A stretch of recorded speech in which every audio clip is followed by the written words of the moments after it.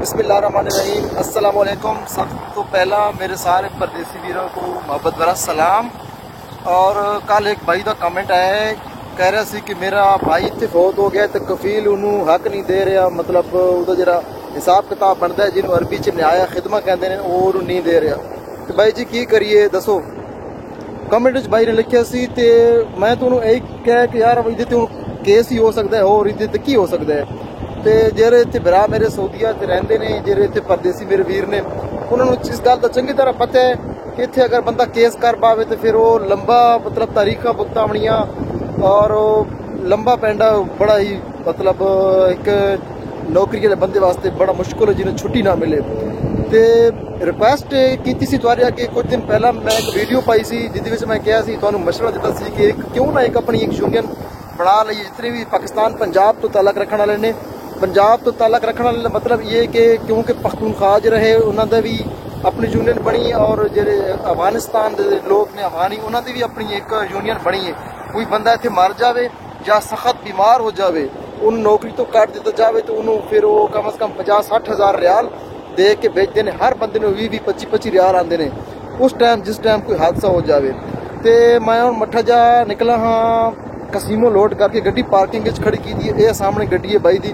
तो मैं सोचा कि क्यों ना इतने एक वीडियो पा लीए और दोबारा भी थोड़े अगे रिक्वेस्ट करिए कि उस काम को अगे लेके जाइए। तुसी अपना रजिस्ट्रेशन कराओ, सिर्फ तुसी तस्वीर भेजो जेह्ड़ी जी चीज़ां तुहानू कई बार पिछली वीडियो जाके वेख लवो। यूट्यूब के डिस्क्रिप्शन लिंक मौजूद है और पहले कमेंट च भी उस वीडियो का लिंक मौजूद है। तुसी उस वीडियो पर गौर नहीं की, दोबारा उस वीडियो को वेखो, तसल्ली नाल देखो। वीडियो लंबी है लेकिन एक एक चीज़ मैं समझाई है। तो क्यों ना आप इस तरह कर लीए कि किसी के मूँह वाल वेखण तो बेहतर है, किसी के हाथ वाल वेखण तो बेहतर है कि अपना ही एक ऐसा प्लेटफार्म बना लीए जिद कल अगर अल्लाह ना करे मेरा तो कोई परदेसी वीर एक्सीडेंट फौत हो जाता है या फिर उदा ही बीमारी नाल फौत हो जाता है, वो बड़ी बड़ी कंडीशन ने। किसी भाई ने इतने फैमिली रखी है तो उसका कोई बच्चा इतने या बीवी फौत हो जाती है तो सारे उन्होंने बेनीफिट मिलेगा जो उस तंजीम जो उस फाउंडेशन रजिस्टर होएगा। क्यों ना आप इस तरह का काम कर लीए। मेरे हर परदेसी वीर वास्ते वो बहुत ही फायदेमंद चीज़ है और अल्लाह ना करे थानू कोई बीमारी लग जाती है जिस तरह का कोई तो सामने देख रहे हो गड्डी कि बाबा है कम से कम 60-65 साल की उम्र कम से कम होनी है, 60-61 साल वेखण उस तरह लगता है। ये हूँ आखिरी साल ही कबर च लत्ता ने ज़ाहिर गल है जे अल्लाह ना करे जिंदगी मौत का पता कोई नहीं कल उत्ते तले हो जाए तो कम से कम इतने एक इंसानियत के नाते असी इतना तो करिए ना कि कम से कम इनू इज्जत नाल तो कफन दफन या फिर पेटी जो होंदा है सारा कुछ करा करू के कम से कम बंदा उन्होंने भेजे। गुज़िश्ता दिनों साडा जो सफारत खाना है उन्हें भी रिक्वेस्ट की थी कि जिते जिते साढ़े पाकिस्तानी ने कोई अगर मंदूब बनना चाहे तो फिर वो बन सकता है। मैं लिंक डिस्क्रिप्शन दे देंगा, उन्होंने भी ट्विटर पर उन्होंने हाले भी लिंक मौजूद है इस टाइम भी कि तुसी अपना बनो उत्थे मंदूब बनो, अपने इलाके को रिप्रेजेंट करो। कोई सकाकत हो कोई तबूक तो है कोई जितों भी है तो अल्लाह की रजा वास्ते और एक वेलफेयर का उन्होंने कहा मशवरा दिता सी कि क्यों ना इतने तुसा अल्लाह की रजा वास्ते इतने मंदूब बन जाओ। अल्लाह ना करे कितने भी सारा कोई पाकिस्तानी फौत हो जाए तो कम से कम उसकी कोई देखभाल करने वाला हो या कोई हेल्प आउट करने वाला हो।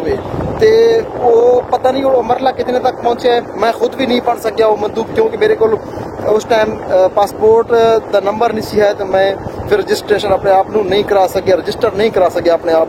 तो मैं दोबारा भी कोशिश करांगे कि अपने आप रजिस्टर करावा। तो मैं लिंक डिस्क्रिप्शन दे देंगा, डिस्क्रिप्शन में जाके वो भी तुम लिंक देख सकते हो। यूट्यूब की डिस्क्रिप्शन लिंक मौजूद होगा और ट्विटर का एक लिंक है उत्थे जाके तुहानू लिंक मिलेगा, तुसी अपने आप को मंदूब बना सकते हो अपना सफारत खाने का।